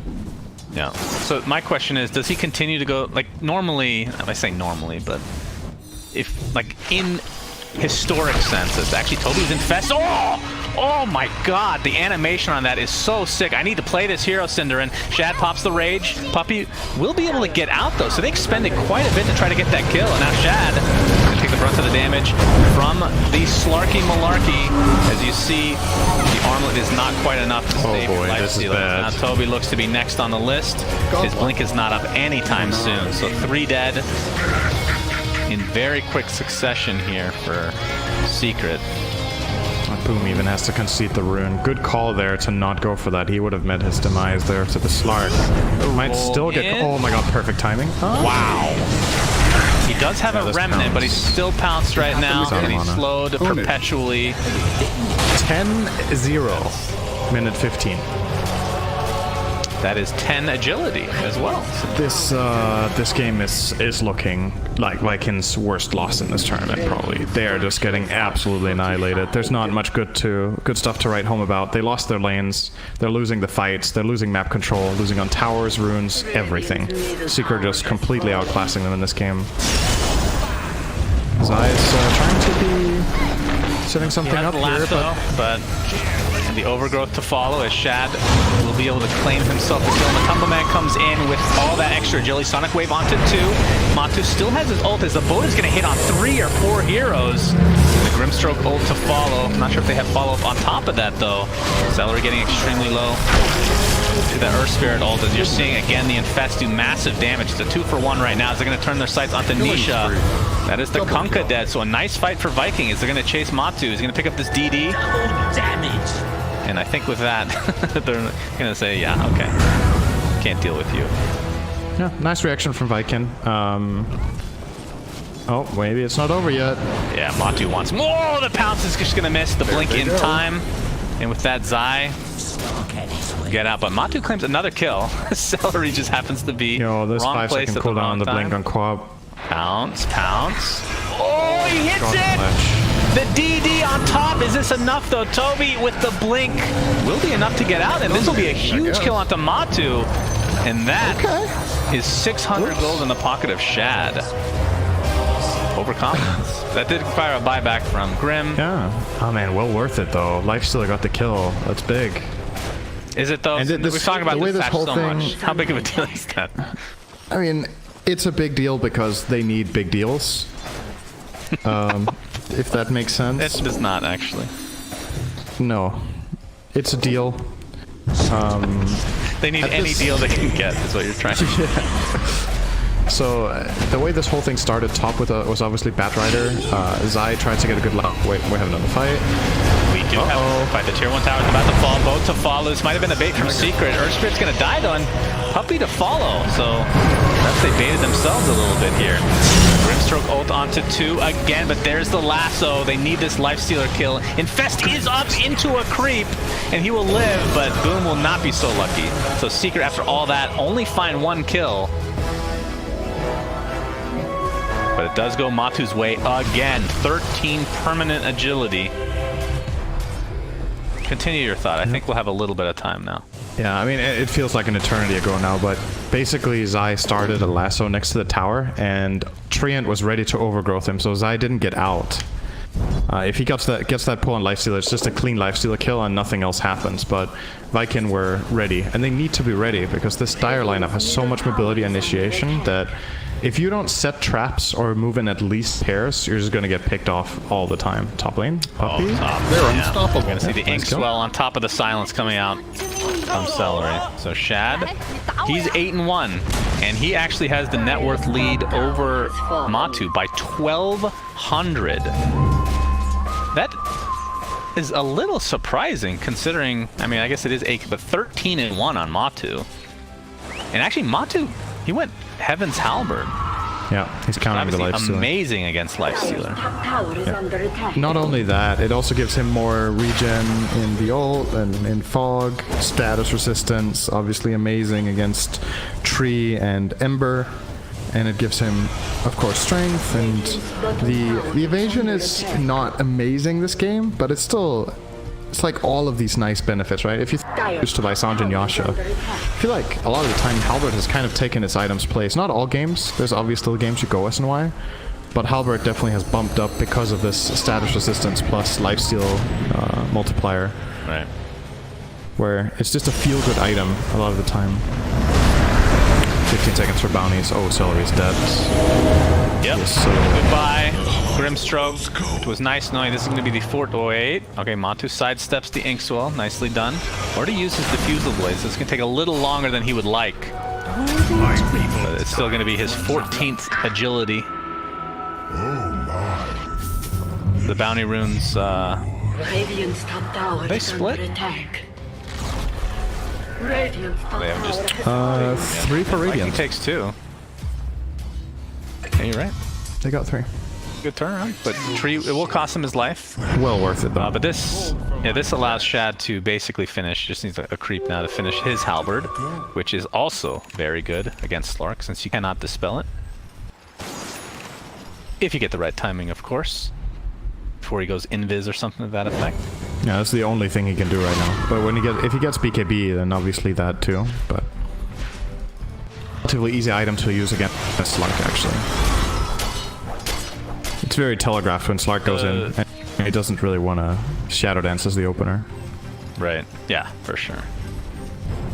He will be going MKB on Shad next, which I guess isn't that big of a prize. Are you surprised at all that maybe he's not... I mean, I guess we talked about this before, how he needs the damage, but Abyssal Blade typically considered God tier on Lifestealer. But Yeah, I think that would also be really Probably good high here. value. But this is probably more damage per gold, right? By quite a bit. And if the logic is just we need to deal damage in this game, I have to kill heroes, which I definitely agree with. I think this is still a good choice. The control is there. He's like, I don't need Abyssal because I've got my team with Overgrowth and Slight Chains and Grimstroke, Soulbind plus Silence. We need to make sure we kill during these spells. If we don't, we're gonna lose the fights. Like every long fight, I will favor Secret all every day of the week. Like the way they ramp up with Slark getting stacks, with bat stacks. Aramis. yeah, Coil expended, and now he is completely surrounded. Actually uses the Overgrowth both on the way, though. Software to follow. Sick. End up taking out the Earth Spirit, so it's a 1-for-1. It looks like Secret want to back. Halberd used onto the Earth Spirit, or the Ember Spirit, I should say. Gonna try to go man mode against Matu. Not sure if that is what you want to do if you're Boom. But Inkswell will help them take out Kunk at the very least. So it's a 2-for-1 in favor of Viking. Very good rotation. I was gonna say, the Ember Spirit, it just feels like I don't know if it's over. laning state. Oh. Watching the halberd now used onto Matu. Radiant's middle tower is Forced to pop his ult. They're continuing to follow. And he will pounce to safety. But Ember's laning stage, he just never got back into this game, it feels like. Impact feels. I mean, we are 23 minutes in the game. He has a Yule Scepter. BKB. Next. Which is still a long ways away. He has struggled mightily. Puppy His absolute intro. Oh, mid. Puppy, coil. Silence into coil, into lasso. And this is why he's just taken out repeatedly by Secret. Accelerate, TPing out. No! Oh! Flame break into the missed pounce. Unfortunate timing. Oh my god.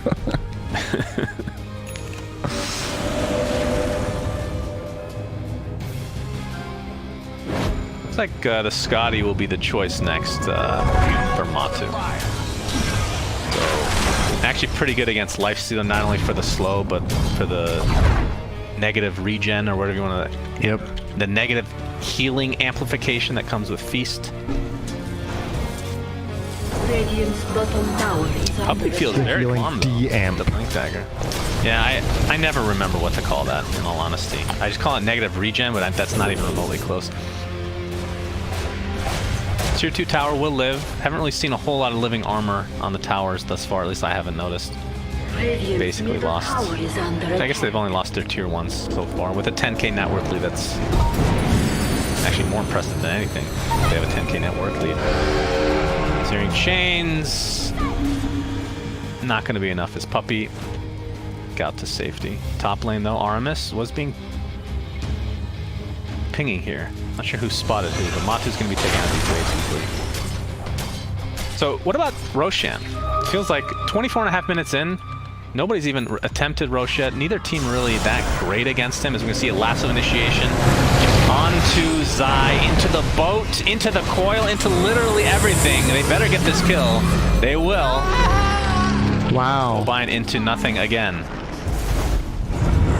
Let's talk about Soulbind in just a minute here. Overgrowth onto 4 heroes. Here comes Ember Spirit with his Yule Scepter doing very little damage. The Treant Protector is going to die pretty much immediately. Buyback onto the Zai, actually. He will TP in with that Boots of Travel here very shortly. Accelerate looks to be the only casualty after the fact, though. Killing spree. And Matu with 18 agility now. Permanent agility. A prize. Let's talk about Soulbind. What combos they got here for Soulbind that are... I mean, they really don't have anything, do they? They have double Open halberd, wounds. double open wounds, double halberd, double Double shadow strike. Very good. Ember Spirit is likely dead again. Doing a good job of layering their stuns and silences, and that is his 7th death of this game. Just a really, really rough game for him as well. He's going to be next. They still have so many stuns, so much utility to take out these mobile. I mean, talking about 2 of the most mobile players in the game, and they just have 0 issue. Of course, the network. Seeker are playing really good Dota for the most part. Like, they've had a little bit of slip-ups with overextension, like this bottom tier 2 tower where they dove the Treant, and Viking rightfully punished them, but the vast majority of this is just Secret with really good spell casting, especially. I think that's the most impressive part. They've hit some sick pounces, some really good Earth Spirit combos, puck coils. Like, everybody in their team has had very big mechanical plays in this game, which is always to watch. And Viking they just can't keep up. Like, they're just getting outplayed. I have to say, once again, I'm not a big fan of their strategy in this game. I think out of all drafts we've seen from Viking, this is the weakest for me. But I totally understand they're trying to do something different because doing their normal stuff hasn't worked, right? That's what we talked about pre-game. You've lost to the same team 3 games in a row. You gotta do something, right? You can't just let them beat you the same way over and over. So why don't you just let them beat you harder and be done with it?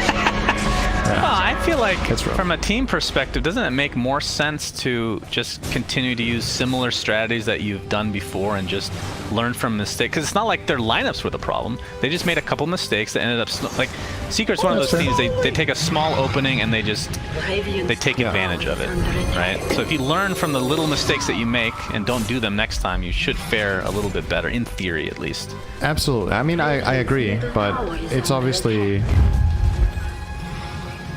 It's a lot of pressure to put yourself under to say, we need to play flawless, right? Like, it can maybe be easier to convince yourself that we're going to change up something strategically and catch them by surprise, or do something different, so that if they play the way they usually do, maybe we can beat them on that, right?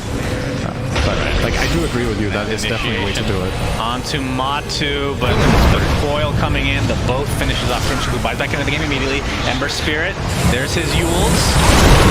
Soulbind onto 2, double silence. Sonic Wave really didn't feel like it did much damage.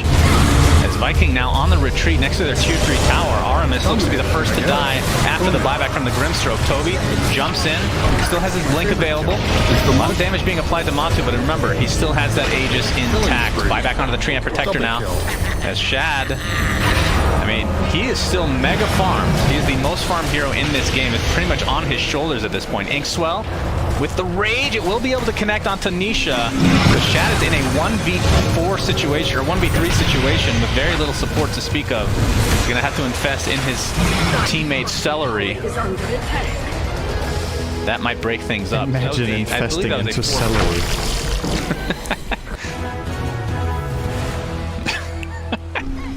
Well, the next bet we have, I'm definitely... Imagine you could be encased in anything in the world, and you chose celery. Is that what his name implies? That's what he chose? Even No, it was more like when you infest, you're like surrounded by that one thing, right? Yes, that's true. Treant died, by the way. Supposedly, I'm not completely certain about this. I've heard some pronounce his nickname celery. I don't know if it has anything to do with the vegetable at all, but I don't care. It's so... No, I'm not sure. I hate these, like, ridiculous pronunciations. Just stick with something, alright? Stick with Xbox. See, I can understand why people change Chavost's name, because most people can't say Ch in the US at least. Like, Americans have such trouble with Ch, which is weird. But it is a thing. It's language, Syndrin. Language 101. Learn Ch. Language 101. Americans have problems with stuff. Well, Americans have problems with a lot of things. And guess what? I'm allowed to say that because I'm American. Matu, level 20, working on a basher. He has the Mindbreaker applied right now. And he's in... Oh, goodness, yeah. As if it wasn't bad enough. Very good item. This guy in Mindbreaker plus basher. Puppy is dead. Hey guys, who want a gem? Buyback. Not that he... Sure thing. Oh, is that... Okay. Didn't realize it was a gem. And we see an immediate infest into Quap. We haven't really seen a whole lot of these infest bombs. We're gonna try it here. Buyback onto the puck will be used. Puppy will be in there shortly. Sonic Wave onto 4 heroes. The soul line BKB popped by Nisha though. The boat incoming. Zai's gonna be the first death here for Secret. The Quap blinks to safety. Armis has already expended his overgrowth. Boom jumps in again. He just takes damage more than he deals out. Shad applying all he can to Matumba. The Yules to follow. Coil. Puppy showing himself with the illusory orb. Looks like they're going to use that as a retreat. I mean, Shad is doing a lot of damage, but I mean, the inherent issue with Lifestealer is that he's single target. And if you just have no... I mean, their biggest AoE spell right now is Sonic Wave, which feels a bit underwhelming. And obviously their Ember just can't deal damage. Do you think this BKB is the right choice, by the way? I think it's tough to make the right choice, right? Like, you either go this defensive route and feel like you can stay in, or you get a damage route where even the slightest misstep just gets you killed. Like, the thing about BKB at the very least is it protects his Flame Guard, so he can stay in the fight for a while, deal Flame Guard damage, and stay on top of targets. But it's obviously not as much damage as if he had, let's say, a Maelstrom. Although he does have the Flame Guard damage talent instead of the Sharing Change Duration, so that helps. It's 110 DPS. All in all, I wouldn't blame him for this item. It's a really difficult position to be in. I think it's definitely a good item. Although it's the best is He is planning for the hard late to- game, by the way. The confidence, I love it. He has not only the BKB queued up, but a full Shiva's Guard Cinder. And 20k behind right now. Seeker's advantage. Basher online for Matu. He's not even going to bother with the Abyssal Blade. We'll just go for a Butterfly. Like, It's so weird to look at the gold, right? Like the top net worth is on the losing team in a 20k game 32 minutes in. Like Lifestealer is still top net worth, but nobody else is having a good game. Literally nobody on Vikings team. very unfortunate. And if one of their two cores in the Quap or Ember, if they were having a decent game, Are we going in? a little different. Infest Bomb onto Nisha from top of BKB. The boat to follow now. Sonic Wave. Puts Zion the clip temporarily as Armis does get the overgrowth off before he inevitably dies. Boom with the BKB showing it off for the first time. That's the 10-second. Kunkka dies, so it's a 1-for-1, and there's the Ember Spirit finally being able to kill somebody. It is Zai. He's actually going to get the Sleight of Fist hero damage now, Talent. Matu forced to pop his ult. Shad trying to chase. Doesn't have the Abyssal Blade, so will be difficult to catch up. And actually will not be going. Okay, he will be. I was clicking on the wrong guy. Great fight Yeah. for Viking. They lost a position for Treant and they got 2 cores. Yep, for That sure. was very nice and really showing this Lifestealer build how much value it is. He is solo killing people during these fights. There's like an overgrowth and he just keeps hitting a Kunkka. You know how it goes. Hit them till they're dead. That's what you usually gotta the do. strategy. Bottom Yeah. tower Yep. is under attack. If you don't do that, you usually lose. This Usually. is true. So he will be working towards his Abyssal Blade, still about 1600 away from actually completing it. Matu. They see him, he knows they see him, but it's going to be difficult to actually initiate. And that's kind of their issue, right? If Treant Protector's not set up with the Overgrowth, they don't have a great way right now, other than the Quap Infest Bomb, to kill somebody, but even then, you're not guaranteed to get your bash off. Once you get Abyssal Blade, maybe that changes a bit. And this poor Grimstroke, by the way, Salary, my god. He has a cloak and a boots of speed. He is mega struggling right now to find anything on the map. Ooh, I'm not sure if they jump this Lifestealer, if it's good. Oh, the initial. Ooh, Zai not looking for the lasso. Will force staff back in the defensive maneuver now. Okay. That'll break things up as Roshan is not quite up yet. He may respawn in 3 seconds. Well, probably not, though. Oh, Ember Spirit. Is that a coil onto one hero? It was. So Secret, without a big teamfight ultimate, might need to back now. Gonna get Infest Bomb coming, actually. Shad applying all his pressure into Yapsor. The boat comes off, but the Overgrowth was there, like you said, locking people down. Bird Spirit buys back into the game as the bash onto Toby. He cannot blink out. He's going to drop the gem, and now the Lifestealer is on the cliff, pulling an Arteezy. He cannot get down in any way, shape, or form, and they will find this kill. He is armlet toggling very nicely. You can only do this for so long. Attempting to keep out. Wait a second. He actually gets out.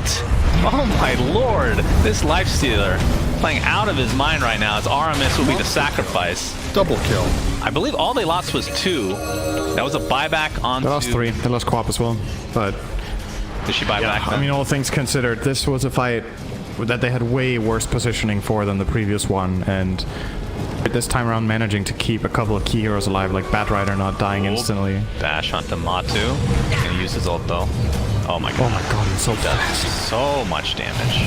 Still has his halberd up. Buy back onto the Grimstroke. Sonic Wave onto 3. The bash is there! They're gonna kill Matu! And with that, Secret needs to get out. We'll see if Viking can chase anybody down. Ember has no remnants right now. Toby has his blink, but I don't think he's gonna be able to find anyone. Macho didn't think he could Secret. die, but this Lifestealer hits so damn hard. Yes, he does.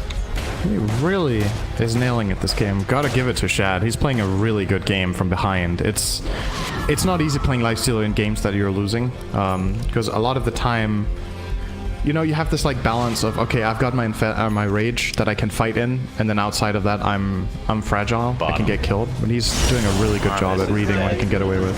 Aramis is dead. You might wish to retract. Oh, the leveler was picked up. Do you prefer that on Lifestealer, or do you like the Orb of Destruction for the extra minus armor?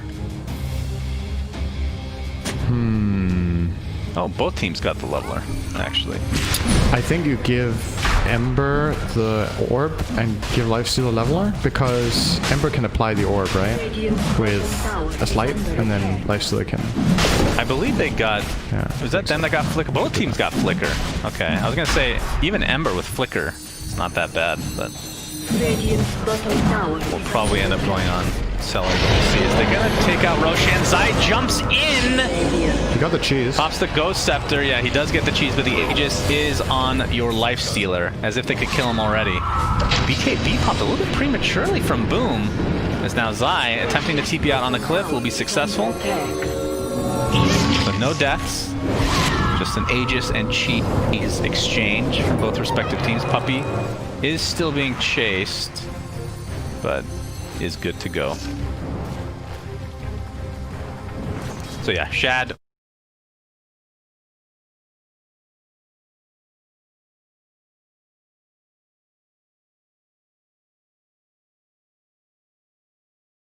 Happy with his damage, and I don't blame him. Is there rapier territory at any point in this game? I'm wondering. Like, is this it? I don't even know if they realize they're 20k down. Based on how well the fights are going for them, they might think it's more even than this. Yeah, that's true. But I mean, Ember and Quap should definitely be communicating and being like, okay, I'm a Quap, my inventory reminds me of 25 minutes, and it's 39. But you obviously don't say it like that. That's not exactly inspiring. But they clearly don't have items, so... Yeah. Yes, he's sitting on Greaves right now. We'll be going for Lotus Orb. Basically a Perseverance way. It's not, he has the Void Stone already, so it's an energy booster, Ring of Health away. We have this Aegis. I mean, Zai's gonna actually use his Firefly, and they're gonna look for Toby, who is still infested. Don't think he saw him. Yeah, I guess not. No, he saw him. He had the ward. I think he saw him, but he just... It's a lot to chew through. The infested Quap has so much health. Lifestealer is very close to level 25, by the way. Actually gets it right now. Will likely go the range duration. I think he has to get out to level it, or do you not? Do you have to infest out to level your... I think so, yeah. You don't have access to your talents when you're... I think? Maybe you do have access to your talents, but not skills. Actually, either way, he jumped out, so I don't know for sure. Matu being chased. So Shad is the highest level in the game right now. I mean, as well as Matu has played, he's only died twice and has 20 kills, 27 permanent agility. He's still only level 24, and he just hit 24 now. That's actually extremely surprising. He's the same level as Nisha. Man. Yep. Matu has died in, I think the 2 deaths he had, there might have been follow-up kills after. I don't remember exactly how he died. She also has better CS. He has another 50 creeps, so that's obviously a lot of experience too. Toby jumps in. They're not able to find... By the way, Shad is actually pocketing his leveler, I'm assuming for the buildings. Oh, now he's changing it again to hit this, but he used spider legs for a while there. Might be switching it back. He doesn't have a boot slot because of... yeah, that's true. Okay. He's gonna pound into this tower with that leveler. The fortification is popped though. The pounce. Not gonna be really... Oh, there we go. Start of the fight now. The Yules onto the Batrider. Rage is popped by Shad again. Lotus applied as well. The boat's coming in. Not gonna really connect on anybody. The buff will still be there as Batrider dies instantly. 4v5, and this tower at the very least is dead. We'll see if Viking can get any more. Puck requiring the services of nobody because he apparently can get out versus 4 other heroes. Shad's just going to continue on. He doesn't care at all. Still has that Aegis, so this is going to be at least massive damage to this tier 3 tower. Despite being down 22,000 gold, Viking is making this game look very even. This tier 3 will now fall. Getting kited. And there's the Aegis. We'll be back very shortly. Matu, he is hitting so fast. They have to be very careful. He's throwing a lot of agility now. The Infest Bomb comes out, dealing a good amount of damage as Puppey dies. We'll buy back into the game. The Bash was there for Shad, looking for Yapster. We're not able to get another one. Really needed that Bash to finish him off. Boom. X marks into nothing. And Viking will probably back up and be very happy with this exchange. Still 18,000 net worth lead for Secret. Loved the play from Toby in that fight, by the way. Did you see he blinked on top of them to havoc hammer them back? I love those plays. Yeah, that's so cool. He looked like he was gonna die for it too. Like, it's pretty high risk for Quap to blink in behind the enemy team, but had the Lotus Orb to escape with, as well as, you know, he has pretty high amount of armor with Greaves Lotus, and maybe the Greaves active was ready, so he pulled that off.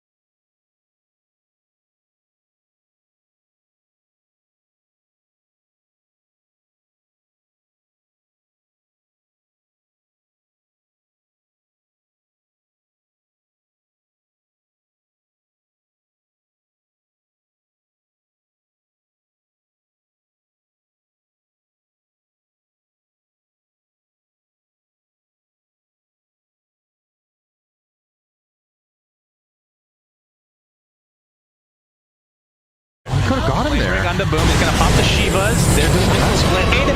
And Sonic Wave just decimates Zai. Matu is forced to pop his ult as the buyback onto the Treant Protector is down here. Seeing the Ghost Ship fleet come into effect. They are still surrounding Puppey. They really want this kill. He is so hard to take out, though. he will, in all likelihood, still live after all of that. Did Maybe they Zai just ignore forget him then. he used lasso for the trans? Why, what happened? The way he went in, I was Oh, like, this yeah. is a really good flame break on Ember. He was in lasso range, and then he just didn't have it. Like, if he didn't have lasso, I'm not sure if they were trying for another combo. This is a big moment, though. Yes, Torrent it is. Scout? Buyback onto Zai. Now he does have lasso. Puppy coil is now up as well, so this will be a very dangerous fight. Armis, Overgrowth is up. So the big ults that are down are Sonic Wave and Boat. And of course, Slark, his ult will be back in 5 seconds as Puppy's gonna pick out the safety, Illusory Orb as well. He's breaking this smoke. He's just been doing this all game. Toby pops out of the Infest, and there is the Abyssal Blade, but with a Lotus Orb, so he stuns himself. Ghost Ship coming in. Toby's gonna blink out the safety. Both not really gonna connect to anybody. There's the Grimstroke ult coming to effect, but Toby will be first to fall for Viking as he buys back instantly. And let's look at this lifesteal. He's lassoed up, and then halberted on top of that, so he can't deal damage. He's getting really low. The Infest Bomb is down as well. So that is the Divine Rapier. We'll see who picks that up in just a moment as Armis attempting to get out of dodge, but no buyback on the Lifestealer. And as well as Viking have played in this game to extend it, this might be the end now. As the Divine is on Nisha, the Kunkka. Pretty good hero to get that on. Now, if he had a crit, it would be insane. He doesn't. True. But still, obviously, amazing. Yeah. Still, gotta give credit to Viking. This game is likely ending in this push. If Secret try to go for it, they have 60 seconds with 3 dead heroes. They obviously don't know these heroes don't have buyback. They might have a feeling because of the Rapier. And they will absolutely be pressing their advantage to try to buy information here. But once again, like, one of the more impressive plays I've seen lately from a team that's this far behind in this patch. Usually these games just end. But Viking played super admirably from behind. Still not enough. They made it exciting for a moment. Puppy Syndra was 6. Ended up The what from Abyssal Puppy? Blading the Lifesteal. Oh, yeah. Orb to start that. Yeah. That delayed him by a good 3 seconds or so.